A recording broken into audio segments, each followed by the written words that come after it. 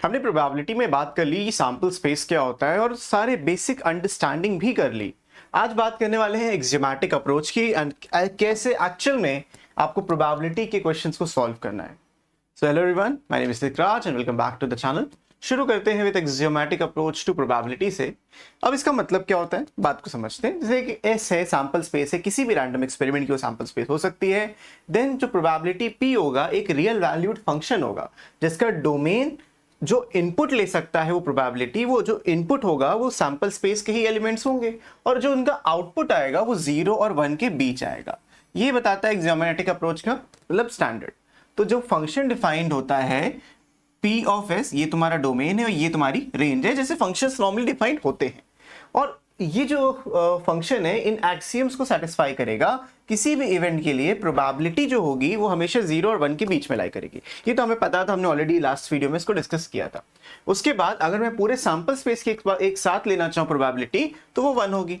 And A and B अगर mutually exclusive events होंगे, mutually exclusive में हमने पढ़ा था कि उनका जो प्रोबेबिलिटी होगा कॉमन, म्यूचुअली एक्सक्लूसिव में जो इंटरसेक्शन होता है वो 0 होता है, तो प्रोबेबिलिटी 0 हो जाएगी। देखो इंटरसेक्शन अगर नल सेट है तो उसका नंबर ऑफ एलिमेंट्स है ही नहीं, तो 0 एलिमेंट्स उसमें एग्जिस्ट करेंगे। तो probability of A union B हो जाएगा probability of A plus probability of B.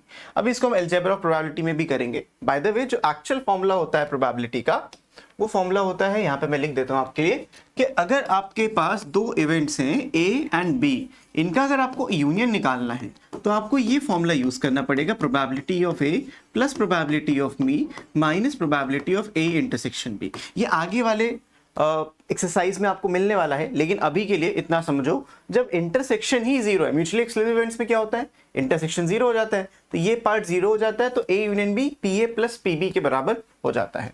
तो ये बेसिक सी अंडरस्टैंडिंग यहाँ पे आपको मिलती है। अगर आपसे या फिर बोलते हैं कुछ और है सैंपल स्पेस के बारे में, अगर सैंपल स्पेस में एक से ज्यादा एलिमेंट्री इवेंट्स हैं तो कई उसके आउटकम्स पॉसिबल है, जैसे W1 W2 मल्टीपल आउटकम्स उसके पॉसिबल होते हैं। सो जो भी सैंपल स्पेस है उसको हम ऐसे as a set of different outcomes लिख सकते हैं। तो एक्सियोमेटिक अप्रोच या एक्सियोमेटिक डेफिनेशन जो प्रोबेबिलिटी की होती है वो ये कहती है कि ये जो इवेंट्स हैं वो भी 0 और 1 के बीच में लाई करेंगे। और ऑलवेज रिमेंबर, हम एक साथ सारे इवेंट्स को नहीं ले रहे, तो ना ही ये 0 हो सकता है ना ही ये 1 हो सकता है। तो for each wi belongings to S, मतलब इसी सैंपल स्पेस के एलिमेंट्स हैं और इन सबका सब probability of this event plus all the events, sample space के सारे इवेंट्स को इंडिविजुअली उनका सम करोगे और प्रोबेबिलिटी का कैलकुलेशन करोगे तो हमेशा तुमको 1 मिलेगा। And for any event A, PA is equals to sigma of P of omega या WI आप बोल सकते हैं, उसको ओमेगा ही बोलेंगे वैसे। तो आप इसको अगर नहीं भी समझते इट्स फाइन, अभी के लिए इट्स फाइन, टेंशन ना लो, बहुत बड़ी बड़ी बातें हैं, हम सिंपल से डेफिनेशन से समझेंगे। लेकिन उससे पहले एक बात समझनी है, क्या होते हैं equally likely outcomes. Equally likely outcomes मतलब सिंपल सा कॉन्सेप्ट है जिसके होने के चांसेस इक्वल हो।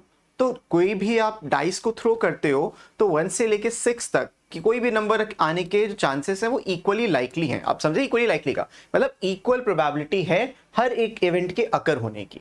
तो यहाँ पे अगर मल्टीपल इवेंट्स हैं, मतलब जितने भी सैंपल स्पेस में एलिमेंट्स हैं, एक से ज्यादा होना चाहिए, तो जितने भी सैंपल स्पेस में एलिमेंट्स हैं उन सबका अगर तुम सम करोगे तो उनकी जो प्रोबेबिलिटी आएगी 1 आएगी। तो हम यहाँ पे और सबके इक्वल चांसेस ऑफ हैपनिंग थे, तो सबकी प्रोबेबिलिटी सेम थी, p प्लस p या n प्लस n, जो भी आप उसको बोलना चाहो।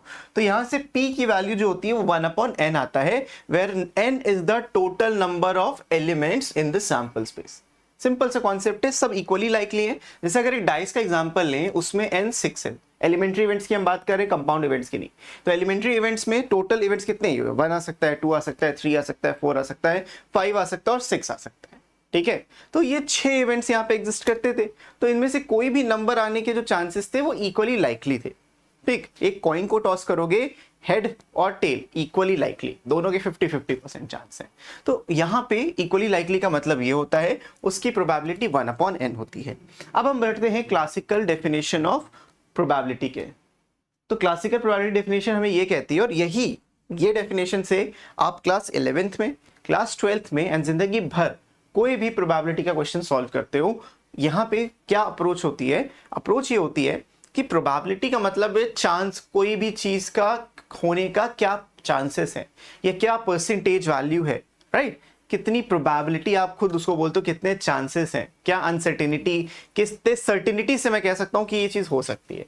सो लॉजिकली अगर देखो समझो होता क्या है, जो भी इवेंट के बारे में आप बात कर रहे हो, डिस्कस कर रहे हो, वो कुछ भी हो सकता है। वो कॉइन को थ्रो कर आप एक्सपेरिमेंट किया, कॉइन को टॉस करना, डाई को थ्रो करना, बॉल्स निकालना, या इवन स्टार का मोमेंटम कैलकुलेट करना, हर एक चीज प्रोबेबिलिटी में कैलकुलेट की जा सकती है।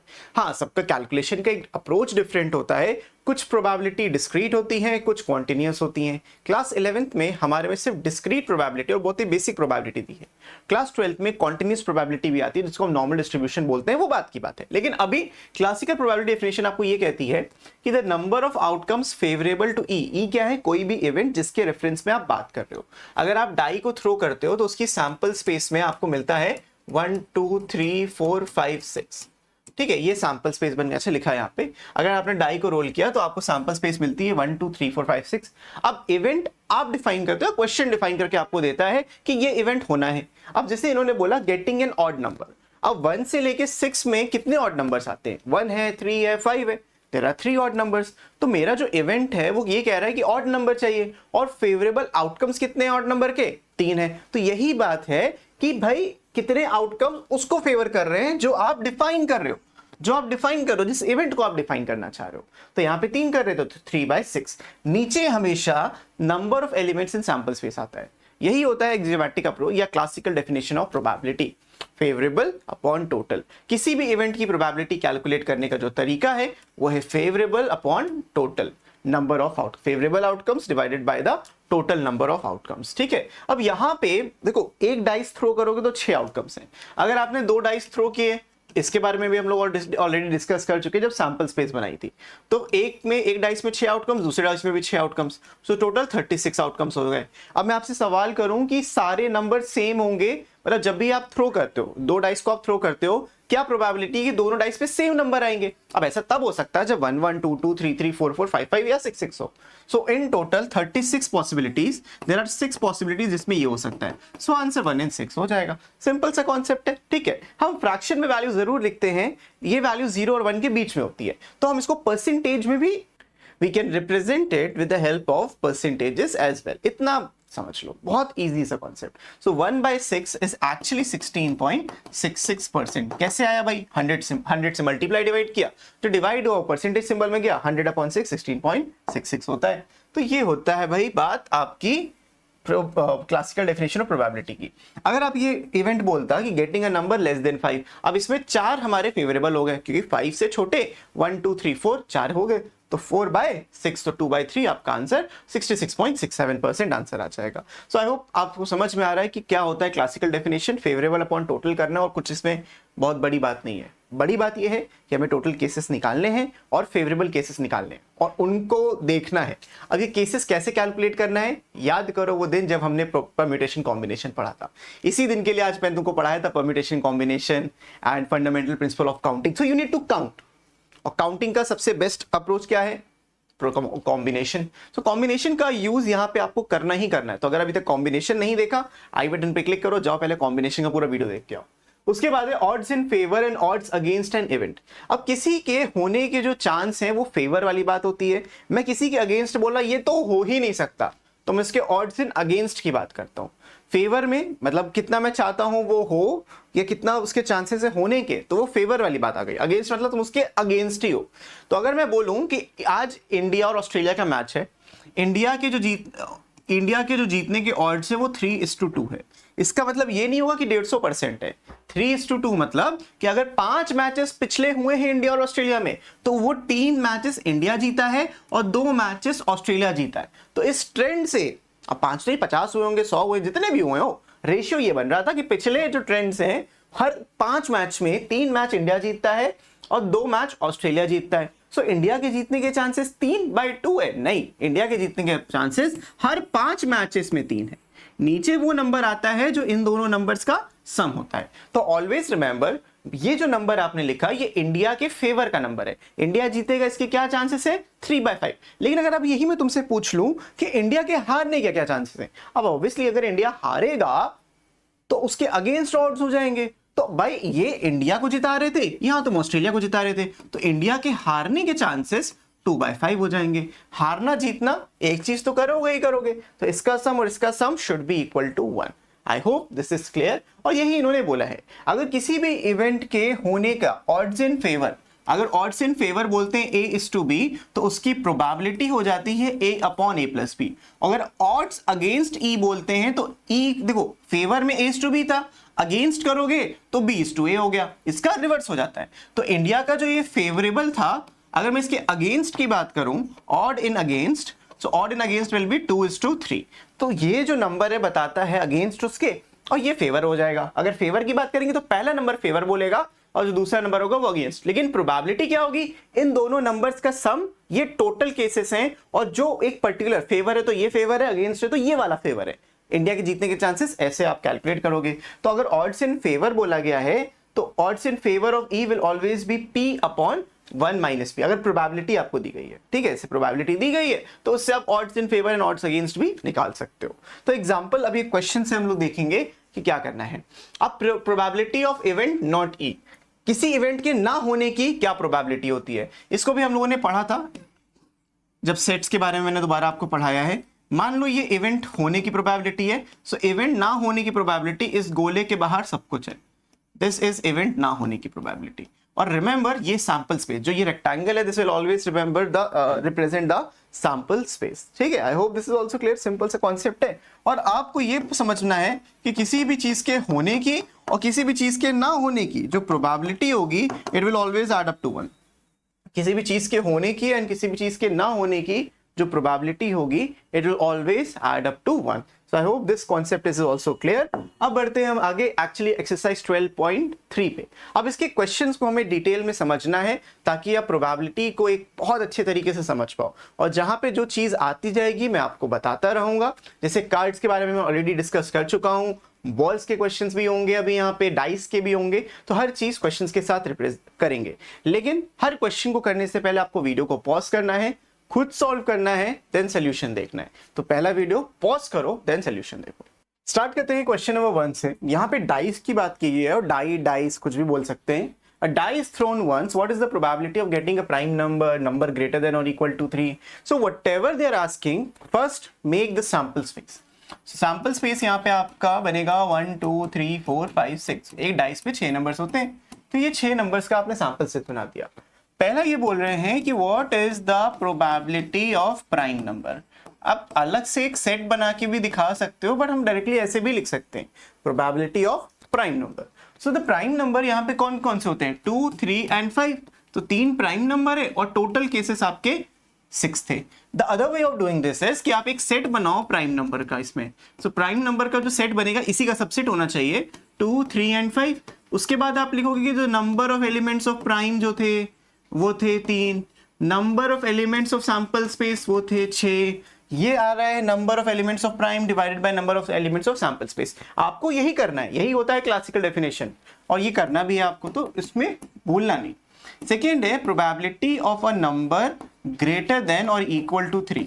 तो ग्रेटर देन और इक्वल टू 3 में 4 नंबर आते हैं, 3 4 5 6 divided by 6, the answer is 2/3। इसको आप फर्दर सिंप्लीफाई करके ऐसे लिख सकते हो, उसमें कोई दिक्कत नहीं। थर्ड पार्ट में आपसे बोला गया है नंबर लेस देन और इक्वल टू 1। अब probability of a number which is less than और इक्वल टू 1। अब एक ही नंबर ऐसा होगा जो 1 से छोटा और 1 के बराबर होगा, विच इज 1 ओनली, तो 1/6 आपका यहाँ पे आंसर मिल जाएगा। फोर्थ पार्ट में इन्होंने बोला है नंबर ग्रेटर देन 6। अब जब नंबर ग्रेटर देन 6 आप बात करोगे, इसको हटाते हैं, number greater than 6, a number which is greater than 6, तो यू गेट 0 आउट ऑफ 6, तो answer is just 0। Fifth part में बोला है number less than 6, probability of a number less than 6। इन्होंने इक्वल की बात नहीं करी, तो आप लेस देन 6 की बात करोगे which is 5/6 and that is your answer. तो इस तरीके से आपका पहला क्वेश्चन कंप्लीट हो जाएगा। अब हम बढ़ते हैं अगले क्वेश्चन की तरफ। Next question says कि a card is drawn randomly from a well shuffled pack of 52 playing cards. What is the probability of drawing a diamond, not a diamond, ace and so on? बात को बहुत ध्यान से समझना, मैं already समझा चुका हूं। टोटल आपके पास 52 कार्ड्स होते हैं, ये 2 कलर्स में डिवाइड होते हैं, ब्लैक एंड रेड। जो ब्लैक वाले कार्ड्स होते हैं वो फर्दर 2 कैटेगरीज में डिवाइड होते हैं, इनको आप कहते हो क्लब्स एंड स्पेड्स। उसके बाद आता है हार्ट्स एंड डायमंड्स। रेड में हार्ट्स एंड डायमंड्स होते हैं।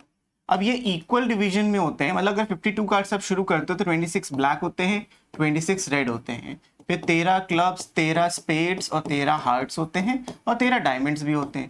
अब इसके बाद जो ये 13 का डिवीजन है, सब में जो 13 कार्ड्स थे वो होंगे 1 2 से लेके 10, जैक, क्वीन एंड किंग।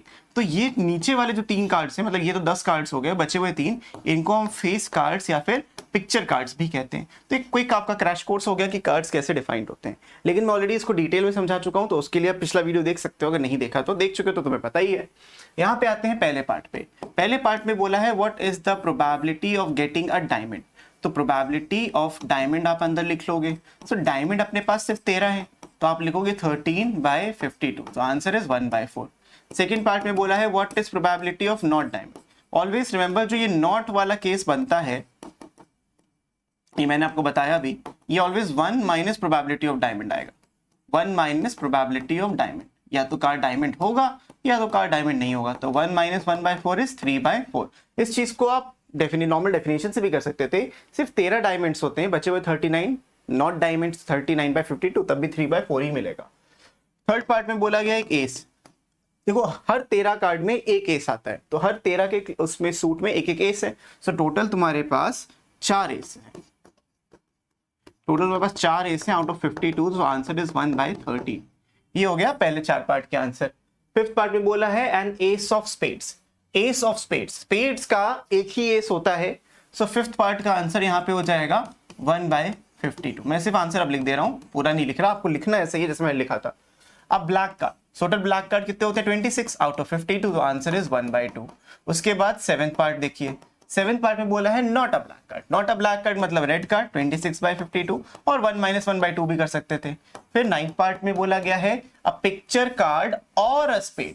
अब देखो पिक्चर कार्ड और अ स्पेड में थोड़ा सा दिमाग लगाओ, यहाँ पे फॉर्मूला भी आप यूज कर सकते हो, क्योंकि अभी तक जितने भी हमने जितने भी क्वेश्चंस किए उसमें कोई मल्टीपल इवेंट्स नहीं थे, ये और या एंड वाला केस नहीं था, लेकिन इसमें और वाला केस आ गया। या तो पिक्चर कार्ड हो या तो स्पेड हो। अब तुम कहोगे सर 4 पिक्चर कार्ड्स, मतलब 3 पिक्चर कार्ड हर सूट में होते हैं, सो टोटल 12 पिक्चर कार्ड्स, और स्पेड्स होते हैं 13, तो 12 + 13 25।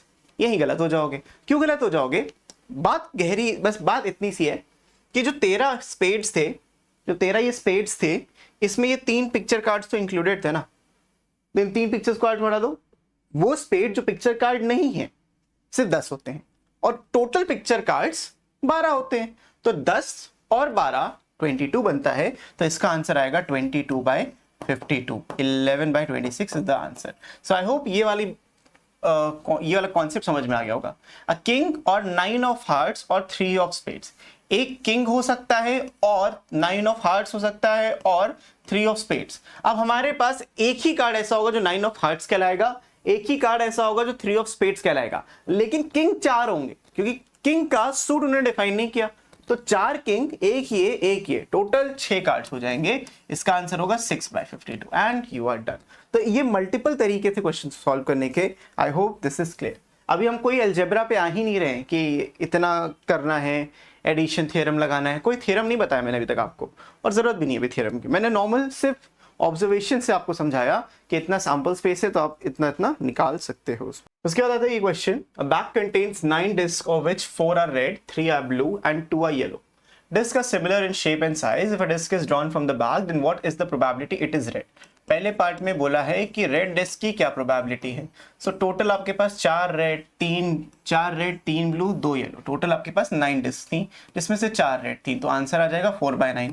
सेकेंड पार्ट में बोला है कि येलो डिस्क चाहिए, तो probability of a yellow disc should be 2/9। Favourable total, favourable to this जो आप पूछ रहे हो, जो इवेंट आप बोल रहे हो। थर्ड पार्ट में बोला गया है प्रोबेबिलिटी ऑफ ब्लू डिस्क, और ब्लू डिस्क में टोटल 3 ब्लू हैं आउट ऑफ 9, तो 3/9, आप उसको काट भी सकते हो, तो 1/3 आ जाएगा। फोर्थ पार्ट को आपको ऐसा करना है कि प्रोबेबिलिटी ऑफ नॉट ब्लू। अब प्रोबेबिलिटी ऑफ नॉट ब्लू, कभी भी नॉट होगा तो आप 1 माइनस प्रोबेबिलिटी ऑफ ब्लू कर सकते हो, तो 1 minus 1/3, answer is 2/3। Fifth part में ईदर रेड और येलो, तो अगर आपसे यहाँ पे बोला है रेड या येलो में से कुछ भी हो, तो रेड थी 4 और 2 येलो, तो 6/9, आंसर आ जाएगा 2/3। So this is the answer to the third question. बढ़ते हैं हम नेक्स्ट क्वेश्चन की तरफ, विच इज दिस वन। इसमें बोला गया है A letter is chosen at random from the word assassination. What is the probability that it is a vowel? अब कोई भी randomly हम लोग letters को choose कर सकते हैं. So how many letters do we have? 1, 2, 3, 4, 5, 6, 7, 8, 9, 10, 11, 12, 13. आपको लगेगा कि 13 लेटर्स हैं, तो आप उसको लिख लो कि 13 लेटर्स हैं आपके पास टोटल, और वो उसमें से एक वॉवल चाहिए. तो पहले पार्ट में आपसे बोला है 13 लेटर्स में वॉवल कितने, देखो 1, 2, 3, 4, 5, 6. तो probability of a vowel will always be 6/13. अब जो वॉवल नहीं है वो डेफिनेटली कॉन्सोनेंट होगा, तो अगर 6 ये थे तो 7 कॉन्सोनेंट्स हो जाएंगे. तो सेकेंड पार्ट का आंसर 7/13 आएगा. Straight forward question, not a big deal. बढ़ते हैं क्वेश्चन 5 की तरफ. A bag contains 20 disc number 1 to 20. Disc is drawn from the bag. What is the probability that the number on it is a multiple of 3. तो आपके पास sample space कुछ ऐसे मिलेगी ना कि 1, 2, 3 से लेके 20 तक. तो number of elements in sample space is 20. अब अगर हमसे बोलेंगे ये इवेंट, इसको हम ए बोलते हैं. इवेंट ए देखो डिफाइन कैसे करते हैं. Event A is defined as it is a multiple of 3. अब अगर 3 के मल्टीपल देखें और उसको सेट में हम बनाएं तो 3, 6, 9, 12, 15 एंड 18 जो 1 और 20 के बीच में आएंगे. टोटल आप काउंट करोगे नंबर ऑफ एलिमेंट्स ऑफ ए, ये आता है 3, 3, 6. टोटल 6 एलिमेंट्स हो गए. सो बस मैं आपको एक करके दिखा रहा हूँ, आपको सब ऐसे ही करना है. सो पहले पार्ट का जो आंसर होगा प्रोबेबिलिटी ऑफ मल्टीपल ऑफ ए, तो मैंने ए डिफाइन कर दिया मल्टीपल ऑफ 3, तो यहाँ पे ए लिख दिया. तो number of elements favourable which is number of elements of A and number of elements in sample space. Total 6 थे आउट ऑफ 20, 6/20 आ जाएगा. सेकेंड में एक प्राइम नंबर. अगर आप प्राइम नंबर काउंट करो 1 से लेके 20 तक, तो यहाँ पे एक प्राइम नंबर का सेट बना सकते हैं प्राइम का पी नाम से. नहीं पी मत बनाओ, प्राइम ही लिख लो पूरा. तो प्राइम नंबर के सेट में आएगा 2, 3, 5, 7, 11, 13, 17 एंड 19. ये आते हैं सारे प्राइम नंबर्स. तो अगर आप इसको काउंट करो 4, 8 मिल जाएंगे. So probability of getting a prime number between 1 and 20 is 8/20. Third part में बोला है विल कंटेन अ 5. अब 5 आएगा 5 और 15 में, और कहीं आएगा नहीं आएगा. तो probability that it will contain a 5 is in 5 and 15, तो 2/20. और फोर्थ पार्ट इसका है नहीं, 3 पार्ट में क्वेश्चन खत्म. बढ़ते हैं नेक्स्ट क्वेश्चन की तरफ, which is question number 6. A fair coin with 1 marked on one face and 6 on the other and a fair die are both tossed. Find the probability that the sum of the number that turns up is 3 and 12. Coin जब toss कर रहे हैं, यहाँ head tales नहीं है. जो coin था उस कॉइन में या तो 1 आएगा या तो 6 आएगा. अब इसके बाद डाई को टॉस किया. जब आप डाइस को टॉस करोगे तो आपके 6 आउटकम्स हैं, 1, 2, 3, 4, 5 एंड 6. सिमिलरली यहाँ पे भी 1, 2, 3, 4, 5 एंड 6. तो देखो अगर मैं सम की बात करूं, सम कितना टोटल सम आ सकता है. 1 आके 1 आया तो सम 2, 3, 4, 5, 6 और 7. 6 आके आया तो 7, 8, 9, 10, 11 एंड 12. तो ये आपका सम पॉसिबिलिटी है. सो टोटल पॉसिबिलिटी 12 है. 12 कैसे, 6 यहां से यहां तक और 6 यहां से यहां तक, टोटल 12 पॉसिबिलिटीज थी. अब हमसे बोला है सम 3 आया. Probability as the sum of number equal to 3. तो कितना सम 3 कहां पे आ रहा है, सिर्फ एक जगह पे आ रहा है, इस जगह पे. तो आप लिखोगे 1/12 and that is your answer. Probability that the sum is actually equal to 12, that is also at one place only. तो आप 1/12 लिख दोगे. खत्म क्वेश्चन. एंड यहीं पे बढ़ते हैं अगले क्वेश्चन की तरफ. It's question 7. If odds in favour of an event are 2:1, किसी होने के चांसेस अगर 2:1 है, मतलब out of 3 chances 2 of the times वो चीज होगी. What is the probability of its happening, this is the answer. Odds in favour 2:1 बोले हैं. नीचे आपको सम लिख देना है, ऊपर वही जो फेवर था, अगेंस्ट होता तो ऊपर 1 आता. बस इतना सा कॉन्सेप्ट है. Bag contains 8 red disc and X blue disc. The odds against drawing a blue disc are 2:5. देखो the odds against drawing a blue disc, against मतलब कि आउट ऑफ 7, अगर मेरे पास 7 डिस्क होती, बात समझना, अगर मेरे पास 7 डिस्क होती and the odds against of drawing a blue disc are this, तो ऑड्स इन फेवर क्या हो जाएगा, 5:7. Odds in favour is 5:7. 5 क्यों आया, क्योंकि 2:5 जो 2:5 लिखा है और ये अगेंस्ट वाली क्वांटिटी को बता रहा है. अगर ये अगेंस्ट बता रहा है तो ये फॉर बता रहा है. और मैं जो लिख रहा हूं ये 5:7, this is the probability of actually drawing a blue disc. अगर हम ब्लू डिस्क की बात करें तो अगेंस्ट फेवर वाला आ जाएगा, तो 5/7. टोटल अगेंस्ट के 2 पॉइंट्स हैं, फॉर के 5, तो टोटल पॉइंट्स कितने 7 पॉइंट्स हैं या 7 केसेस हैं, 7 में से 5 बार ब्लू डिस्कारी होगी। तो हमें बताना है एक्स की वैल्यू क्या है। अगर मैं इससे भी देखूं the probability of the blue disc, तो ये ब्लू डिस्क की प्रोबेबिलिटी यहां से क्या मिलेगी, 8 रेड डिस्क थी, x ब्लू डिस्क थी, तो x divided by 8 plus x मिल जाएगा। अब प्रोबेबिलिटी ये भी ब्लू डिस्क की और ये भी ब्लू डिस्क की है, तो आप इक्वेट कर लो 5/7 is equals to 8 upon x upon 8 plus x, cross multiply करोगे, so 40 plus 5x is equals to 7x, उधर जाके ये 2x बन जाएगा, ये है 40, इससे आपको x मिल जाएगा 20, सो x 20 है, ये हमें आंसर मिल जाएगा। So I hope this is clear. अब अगेंस्ट से करना चाहते कि भाई रेड निकालने के चांसेस क्या होते, तो अब यहाँ पे रेड लिख के 2/7 लेते और यहाँ पे 8/x प्लस 8 लेते, तब भी आंसर सेम ही आता। So I hope this is clear. बढ़ते हैं अगले क्वेश्चन पे, विच इज क्वेश्चन नंबर 9। इस क्वेश्चन में बोला गया है committee of 2 person selected from 2 men and 2 women. What is the probability that the committee will have no man, 1 man, 2 men? अब क्योंकि ये इजी है, हमें देखो मेरे पास 2 men है, let's call them as M1 M2, 2 women है W1 W2, और हमें कमिटी बनानी है एग्जैक्टली नो मैन की, 1 मैन की, 2 मैन की। अब हमें देखो करना क्या है, सोचो मेरे पास 4 लोग थे, अब मुझे 4 में से कोई भी 2 लोग सेलेक्ट करने हैं। अब 2 लोग में से 2 लोग सेलेक्ट करना है, 2 की कमिटी बननी लिखा है कमिटी ऑफ 2 पर्सन्स। सो मेरे पास 4 लोग थे, मुझे 2 लोग सेलेक्ट करने हैं, तो टोटल आ जाएगा 6। ये क्या है, this is the total number of cases. अब ये टोटल क्या बताएगा, M1 के साथ W1 आ जाए, M1 के साथ W2, M2 के साथ W1 आ जाए, M2 के साथ W2, 4 केस हो गए। M1 M2 के साथ भी आ सकता है, W1 W2 के भी साथ आ सकता है, टोटल 6 केसेस। ये टोटल केसेस बता रहा है कितने की पेयरिंग कैसे हो सकती थी, तो 6 इसीलिए आ रहा था। अब हमसे बोल रहा है कोई आदमी ना हो, मतलब सिर्फ औरतें औरतें हों, तो औरतें कैसे आएंगी, बात को समझते हैं।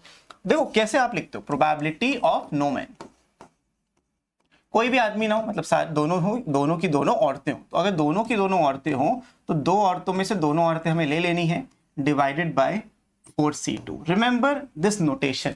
यहां पे मैं कर क्या रहा हूं, मुझे नो मैन चाहिए, नो मैन मतलब कोई भी मैन वहां पे एग्जिस्ट ना करे, दोनों औरतें, और ये एक ही केस में होगा, मुझे दिख रहा है जब W1 W2 पेयर होंगे, दिख रहा है सामने से, और 2C2/1 होता है और 4C2 6, तो 1/6 आपको सामने। अगर आप ये कॉम्बिनेशन नहीं भी लगाते आंसर आता, लेकिन सीखो, धीमे धीमे कॉम्बिनेशन सीखना है कि कैसे करना है। नीचे टोटल केसेस और जो ऊपर लिख रहे हैं वो favourable to this event, this event के अंदर, बस ये पहले पार्ट का आंसर हो जाएगा। सेकेंड पार्ट में बोला है 1 मैन, अगर 1 मैन है तो 1 वुमेन होगा, तो probability of 1 man and 1 women. अब 1 मैन 1 वुमेन में आपके पास देखो कैसे हैं, आपके पास 2 आदमी थे, उसमें से 1 आदमी लेना है, आपके पास 2 वुमेन, उसमें से 1 वुमेन लेनी है, ठीक है। उसके बाद डिवाइड करना है 4C2, नीचे हमेशा सेम नंबर आएगा, तो ये आ जाएगा 2 × 2 divided by 6 which is 2/3। This is the final answer and you are done. Third part में बोला है 2 मैन, अब 2 मैन का मुझे मालूम है, दिख रहा है दोनों मैन एक ही केस में आ सकते हैं, तो 1/6 वही आंसर, इस तरीके से आपको लिख देना है and you are done with this question. बढ़ते हैं अगले क्वेश्चन की तरफ, विच इज क्वेश्चन नंबर 10। तो इस क्वेश्चन में बोला गया है when 2 balls are drawn simultaneously from a bag containing 5 white 7 black balls। कभी भी 2 बॉल्स की बात करें, 2 से ज्यादा, एक कर रहा है तो कोई दिक्कत नहीं थी, आराम से हम डायरेक्टली कर रहे थे, लेकिन 2 या उससे ज्यादा बॉल्स की अगर कभी भी तुम्हें बात मिलेगी, so what you need to do, you always have to use combination. बिना कॉम्बिनेशन के क्वेश्चन करोगे बर्बाद हो जाओगे। तो देखो बर्बाद ना होने का क्या रास्ता है उसको समझते हैं। हमारे पास एक बैग था, उस बैग में 5 व्हाइट बॉल्स थी, 7 ब्लैक बॉल्स थी। अब मुझे निकालना है both balls are white, 1 ball is white and other is black, इतना ही सा कॉन्सेप्ट है। सो पहले पार्ट में बोला गया है कि बोथ व्हाइट, ठीक, बोथ व्हाइट। अब मैं तुम्हें समझाता हूं क्या होता है फेवरेबल, क्या होता है टोटल, इस क्वेश्चन से तुमको बहुत कुछ समझ में आएगा। अगर मैं इस पूरे बैग की बात करूं, बैग में थी 12 बॉल्स, ठीक है, और अगर मैं कलर को हटा दूं, कलर को भूल जाऊं थोड़ी देर के लिए, सो इन 12 बॉल्स में से 2 बॉल्स कैसे निकल सकती हैं, कॉम्बिनेशन से, क्योंकि किसी भी तरीके से अरेंज होकर आ सकती थी। सो आप लिखोगे नीचे 12C2। 12C2 लिखने का लॉजिक, 12 में से मैं 2 बॉल निकाल रहा हूं, this is the total number of cases I can get. Favourable में आता है वो जो ये इवेंट बता रहा होता है, बोथ व्हाइट। अब मुझे 2 बॉल्स निकालनी है, बॉल्स 2 ही निकलेंगी, जो नीचे सबस्क्रिप्ट होगी वो ऊपर न्यूमरेटर की भी सबस्क्रिप्ट में सेम मैच करना चाहिए, चाहे सम में मैच करे या एक साथ मैच करे। 12C2 ऊपर भी 2 बॉल, आप टोटल 2 बॉल निकाल लो तो न्यूमरेटर में भी तो 2 बॉल होनी चाहिए, लेकिन वो जो 2 बॉल्स आएंगी वो खाली व्हाइट वाले से आएंगी, तो 5C2। तो 5 क्यों लिखा, क्योंकि व्हाइट तो तुम्हारे पास से 5 बॉल्स थी, तो 5c2 को आप यहाँ पे कैलकुलेट कर सकते हो ऐसे, 5 into 4 divided by 2 into 1 whole divided by 12 into 1 12 into 11 divided by 2 into 1। अब ये 2 इंटू 1 तुमने काट दिया, 4 से ये भी कट जाएगा, सो आपका जो फाइनल आंसर आएगा वो आएगा 5/33। दैट्स इट, खत्म। इतना है और कुछ भी नहीं है इसमें। लॉजिक को अगर समझोगे तो बहुत आराम से कर पाओगे। अब बोथ वाइट को एक लॉजिक से आप और सोच सकते हो कि अगर यहाँ रिप्लेसमेंट नहीं है, और क्योंकि यहाँ पे कोई रिप्लेसमेंट वर्ड का यूज नहीं किया हमने, कॉम्बिनेशन में रिप्लेसमेंट विदाउट रिप्लेसमेंट अच्छे से समझा था, वही कर रहे हैं, बस इंडिविजुअली देख के कर रहे हैं। कॉम्बिनेशन 2 बार लगाना पड़ रहा है। अगर कॉम्बिनेशन ना लगाते क्या आंसर ना आता? बिल्कुल आता, इसमें आ जाता, उसमें दिक्कत करता।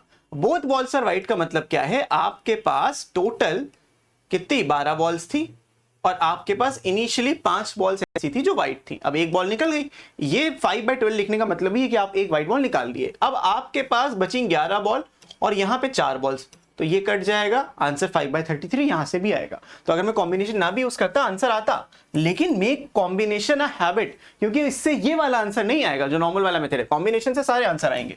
सेकंड पार्ट में बोला है 1 ball is white and other is black, तो probability of 1 black and 1 white कभी भी आपसे बोला जाए तो आपको ये देखना है भाई 5 आपके पास व्हाइट थी, एक व्हाइट निकालना है, 7 ब्लैक थी, 7 ब्लैक बॉल्स, उसमें से एक ब्लैक बॉल निकालना है, टोटल तो 12 थी ना, 12c2।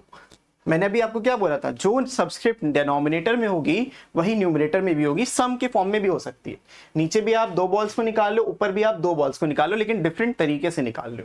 अब यहां पे मिलेगा 5 into 7 divided by 12 into 11 divided by 2 into 1, कुछ इस तरीके का नंबर मिलेगा। और नंबर इस तरीके से कि कैंसिल आउट होंगे नहीं, नीचे आ जाएगा आपका 132 और ऊपर आ जाएगा 70, तो answer is 70/132। So that will be the final answer. तो इसी के साथ बढ़ते हैं हम अगले क्वेश्चन की तरफ। Question 11, if 2 letters are chosen at random from the English alphabet, find the probability that both are vowels. तो टोटल भाई अल्फाबेट्स कितने होते हैं 26, उसमें से 2 लेटर्स को चूज करना था, और वॉवेल्स कितने होते हैं 5, उन 5 में से वॉवेल्स होने चाहिए, तो फेवरेबल वॉवेल्स थे, टोटल आपके सारे अल्फाबेट्स थे, ये आपका आंसर हो जाएगा। इसको सिंप्लीफाई तुम कर सकते हो, कोई मेरी इसमें मदद की जरूरत नहीं है, सॉल्व कर लेना, आंसर आ जाएगा। If 6 persons sit in a row, what is the probability that A and B are sitting on adjacent seats? 6 लोग हैं आपके पास, 1 2 3 4 5 6, हमें A और B को adjacent seats पे बैठाना है, तो उसके लिए करते क्या है, क्या प्रोबेबिलिटी होगी A और B साथ में? Remember the fundamental principle of counting, उसी से आप आराम से क्वेश्चन को कर सकते हो, या आराम से देखो हो जाएगा। आपके पास 6 लोग थे, let's assume it to be A B C D E F ऐसे। अब ये A B कहीं में भी आ सकते, कैसे भी आ सकते हैं, मैं A B इधर बैठा सकता हूं, इधर बैठा सकता हूं, इधर बैठा सकता हूं, इधर बैठा सकता हूं, इधर बैठा सकता हूं। द ओनली थिंग इज कि ये जो होने चाहिए आजू बाजू होने चाहिए, गैप नहीं हो सकता। बाकी लोग कहीं भी बैठे कुछ फर्क पड़ता है? नहीं पड़ता।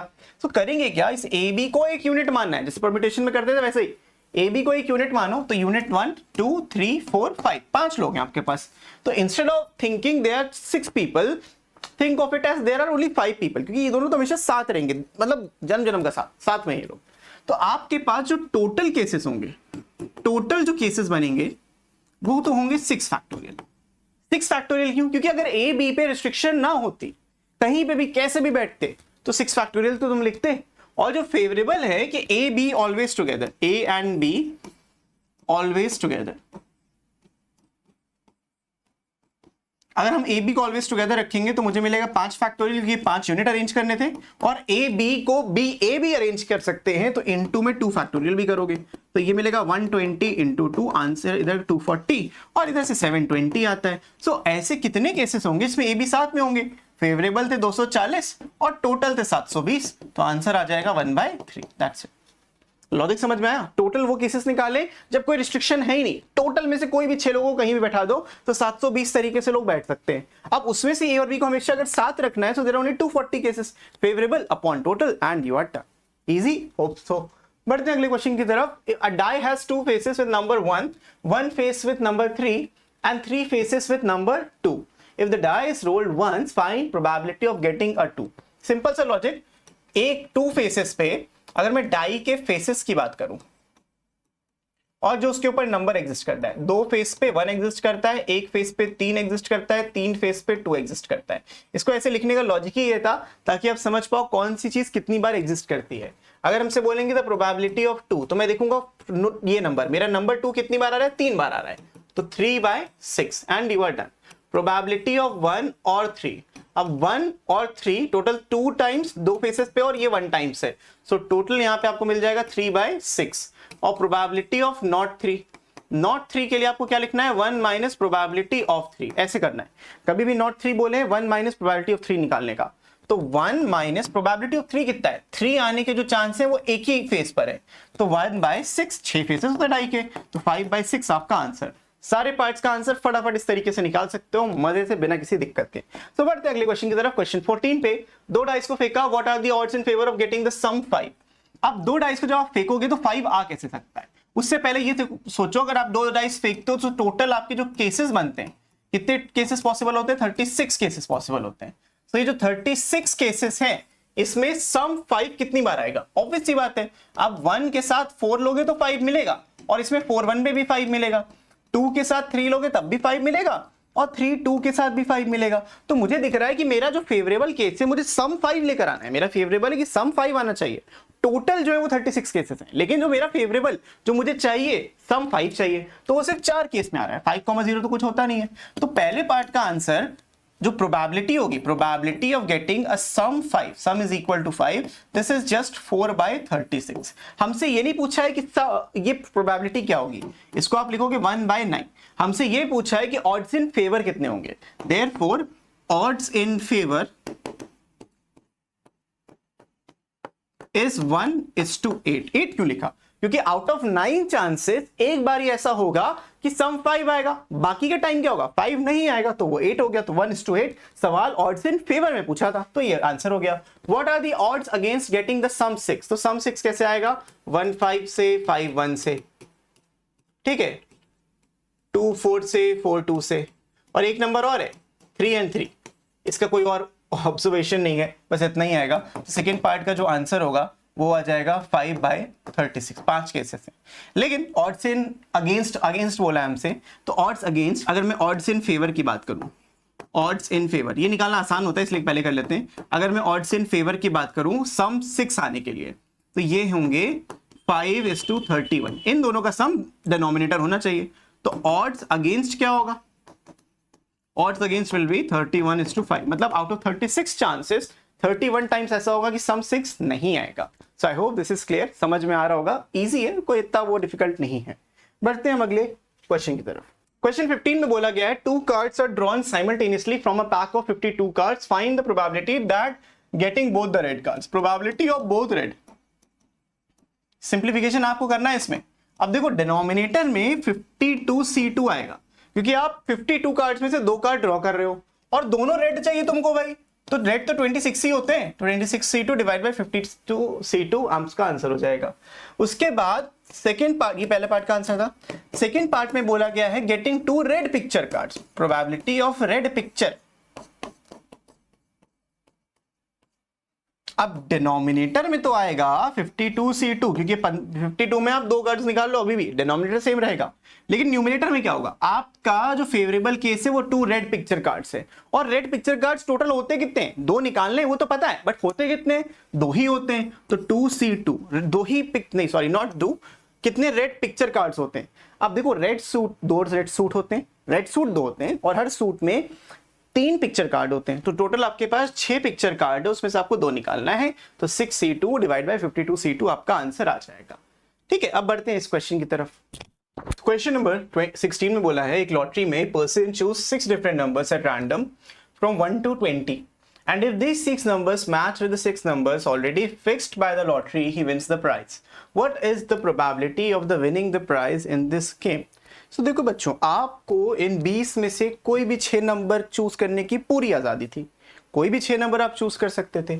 सो जो टोटल आपके पास पॉसिबिलिटीज थी नंबर को चूज करने की वो 26 थी, बिकॉज 20 में से 6 नंबर चूज करने थे। लेकिन जो विनिंग होगा, अब लॉजिकली खुद सोचो, लॉटरी में कौन जीतता है, जिसके वही 6 नंबर मैच कर जाए जो आपने चूज किया हो, और वो 6 नंबर्स कुछ भी हो सकते हैं कि नहीं हो सकते, लेकिन जो भी होगा वो सेम होगा, मतलब कि विनिंग नंबर तो एक ही होता है, पॉसिबिलिटीज इतनी है, लेकिन फेवरेबल कितना है, फेवरेबल है कि वही 6 नंबर होने चाहिए जो उन लोगों ने डिसाइड किए हैं। तो 6C6, ये 6 नंबर जो आपने चूज किए वो उनके 6 नंबर से मैच करने चाहिए थे जो डिसाइडेड थे पहले से। तो आपका जो टोटल प्रोबेबिलिटी होगी विनिंग की वो आ जाएगी 6c6 divided by 20c6 and that is the answer. इसको सिंप्लीफाई कर लोगे आपका आंसर आ जाएगा c6 तो 1 हो जाता है वैसे। नेक्स्ट क्वेश्चन देखते हैं 17th वाला। Out of 9 outstanding students in a college, there are 4 boys and 5 girls. A team of 4 students to be selected for a quiz program. Find the probability that 2 are boys and 2 are girls. So जो total cases हैं उनको बात समझो। Total आपके पास 9 students थे जिसमें से 4 select करने थे। सबसे पहले तो टोटल लिख लिया करो ताकि कोई कंफ्यूजन रह ही ना जाए। अब आपको बताना है the probability of 2 boys and 2 girls. अब इसको कैसे करोगे? डिनोमिनेटर में तो टोटल आ गया कि 9c4 होगा। अब न्यूमरेटर में आएगा कि 4 बॉयज थे और 2 बॉयज सेलेक्ट करने थे तो 4c2, 5 गर्ल्स थी और 2 गर्ल्स सेलेक्ट करनी थी तो 5c2। अब इसको सिंप्लीफाई कर लीजिए। सिंप्लीफाई इतना कुछ डिफिकल्ट नहीं होगा, आपको मिल जाएगा ऐसे 4c2, इसको तो 6 ही एक दो सीधा सीधा 5c2 5 into 4 divided by 2 whole divided by 9 into 8 into 7 into 6 divided by 4 3 2 1 ऐसा कुछ मिल जाएगा आपको। अब यहाँ पे 4 से 8 ये 2 से 2 हट जाएगा, 3 से यहाँ पे 3 ये कैंसिल हो जाएगा। ठीक है, मतलब 2 से 3 2 3 सॉरी यहाँ पे 2 आएगा। Okay 3 2 6 works. तो अब ऊपर भी यहाँ पे आ जाएगा 2। तो आप नोटिस करो 5 2 10 इंटू 60, न्यूमरेटर में आएगा 60, डिनोमिनेटर में आएगा 9 इंटू 7 इंटू 2 तो 9 इंटू 7 इंटू 2। ये और कैंसिल करेंगे 30 से, ये और कैंसिल कर लोगे 3 से जाएगा तो 3 10 तो आंसर आ जाएगा 10/21। तो this is the final answer. इतनी पॉसिबिलिटीज आपके पास हैं। आई होप दिस इज क्लियर। बढ़ते नेक्स्ट क्वेश्चन की तरफ। A housewife buys a dozen eggs of which 2 turn out rotten. एक डजन में अगर आपको नहीं पता 12 एग्स होते हैं। एंड फन फैक्ट, डजन में तो 12 एग्स होते हैं लेकिन एक बेकर्स डजन करके वर्ड होता है उसमें 13 होते हैं, 13 की क्वांटिटी को रिप्रेजेंट करता है।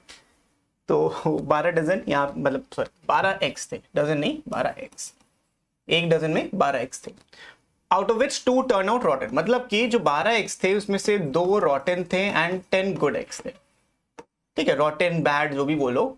She chooses 4 eggs to scramble for breakfast. Find the chance that she chooses all good eggs. पहले पार्ट में बोला है उसने, देखो कितने चूज किए वो नोटिस करो। उसने चूज किए 4 eggs, हमें 4 अंडे चाहिए और वो 4 अंडे 12 में से सेलेक्ट होंगे। तो प्रोबेबिलिटी दैट ऑल गुड, सारे के सारे उसने गुड एग्स लिए तो ऑब्वियसली जो गुड थे उसी में से चूज करने चाहिए। अगर 10 में से चूज नहीं करेगी तो रॉटन भी आ सकते, तो आप 10c4 लिखोगे, नीचे 12c4 लिखोगे। ये 10c4 12c4 का लॉजिक क्या हुआ, ये फेवरेबल का 10 गुड थे उसमें से 4 ले लिए, टोटल 12 में से 4 सिलेक्शन हुआ इसलिए गुड एग्स हो गए। फिर सेकेंड पार्ट में बोला गया है 2 good and 2 bad, probability of 2 good and 2 bad. 2 good to be 2 and 2 bad to be bad. तो 2 गुड 2 बैड कैसे आएगा? टोटल आपके पास गुड पहले देख लेते हैं, 10 में से 2 गुड एग्स मिल गए और 2 में से दोनों बैड चूज कर लिए, क्योंकि रॉटन तो 2 ही थे ना, दोनों चूज कर लिया आपने। उसके बाद डिवाइड कर लेंगे आप इसको 12c4 से, जो भी आंसर है this will be the final answer. Third part में बोला है एटलीस्ट 1 बैड, मतलब कि या तो बैड गुड हो जाए या फिर दोनों ही बैड हो जाए, ये पूछा है आपसे। अब बैड गुड की प्रोबेबिलिटी क्या है? 2 में से 1 बैड है, 10 में से 1 गुड है, total 2 eggs choose 3 sorry at least ना तो 3 गुड हो जाएगा। एक सेकेंड, हमने टोटल 4 एग्स लेने हैं तो bad and 3 good plus probability of 2 bad and 2 good. तो 2 बैड एंड 3 गुड निकालने के लिए आपको इधर 10c3 लेना पड़ेगा और 12c4 हो जाएगा।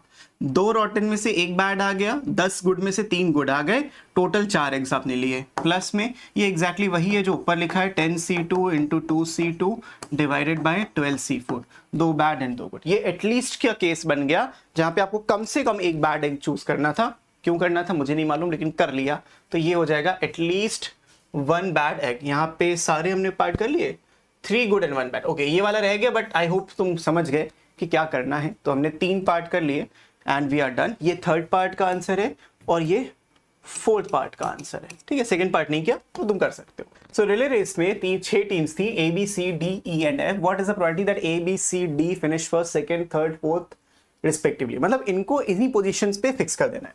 तो अब सोचिए 1 2 3 4 5 6 पोजीशन थी, यहाँ पे ये फिक्स है, ए बी सी डी ये फिक्स है। तो ये कितने ऑप्शन है, one option one option one option one option, इनको फिक्स कर दिया गया, लेकिन ई और एफ फिक्स नहीं थे। तो यहाँ पे कौन आ सकता है, ई एफ में से कुछ भी जो बचा वो यहाँ पे आएगा। तो इस तरीके से आपके जो फेवरेबल केसेस हैं वो 2 हो जाएंगे। और अगर मैं टोटल केसेस की बात करूं तो वो 6 लोग थे, तो 6 factorial, there were 720 ways to win this race, मतलब 720 ऑर्डर्स पॉसिबल थे। सो आपका जो प्रोबेबिलिटी होगा इस ऑर्डर के लिए फॉर पार्ट 1, वो आंसर आएगा 2/720, और इसको आप 1/360 भी बोल सकते हो। तो ये हो जाएगा आपका फाइनल आंसर। तो आपको देखो फंडामेंटल प्रिंसिपल ऑफ काउंटिंग का यूज करना है जहां पे नेसेसरी हो। What is the probability that A B C and D are the first 4 to finish in any order. अब उसमें फिक्स था कि फर्स्ट सेकंड थर्ड फोर्थ, लेकिन इस बार क्या है, आपके पास ये जो 6 लोग हैं भी यहाँ पे फिक्स नहीं है कौन होगा, लेकिन ये कंफर्म है कि इन 4 स्पॉट्स पे ए बी सी डी किसी भी ऑर्डर में आ सकते हैं, और बचे हुए 2 स्पॉट्स पे ई और एफ किसी भी ऑर्डर में आ सकते हैं। तो आपके जो टोटल केसेस हैं वो तो 720 रहेंगे, क्योंकि 6 लोगों को अरेंज करना था, टोटल ये रहेगा। लेकिन फेवरेबल की अगर मैं बात करूं तो इन 4 स्पॉट्स पे ए बी सी डी यानी 4 लोग 4 स्पॉट्स 4 फैक्टोरियल से अरेंज कर सकते हैं। ई और एफ आपस में अरेंज होकर 2 फैक्टोरियल से अरेंज हो सकते हैं। सो फाइनल जब आप इनको मल्टीप्लाई करोगे आपको मिलेगा 24 इंटू 2, इसको एज इट इज छोड़ देंगे। So probability of the second part will give you 24 into 2 divided by 720। So अगर इसको सिंप्लीफाई करोगे तो 30 आ जाएगा, और इसको काटोगे तो 15 आ जाएगा। So 1/15 will be your final answer। तो इस तरीके से हमने देखो ये 12.3 भी कंप्लीट कर ली, एंड बिना किसी दिक्कत के भी हो गया। तो कोई ऐसा इशू, कोई क्वेश्चन भी गलत नहीं था। एंड अगर आपको अच्छे से चीज़ें समझ में आई हैं और अगर अभी तक बने हुए हो तो सब्सक्राइब कर लेना, कर लिया होगा तभी बने होगे, तो गुड फॉर यू।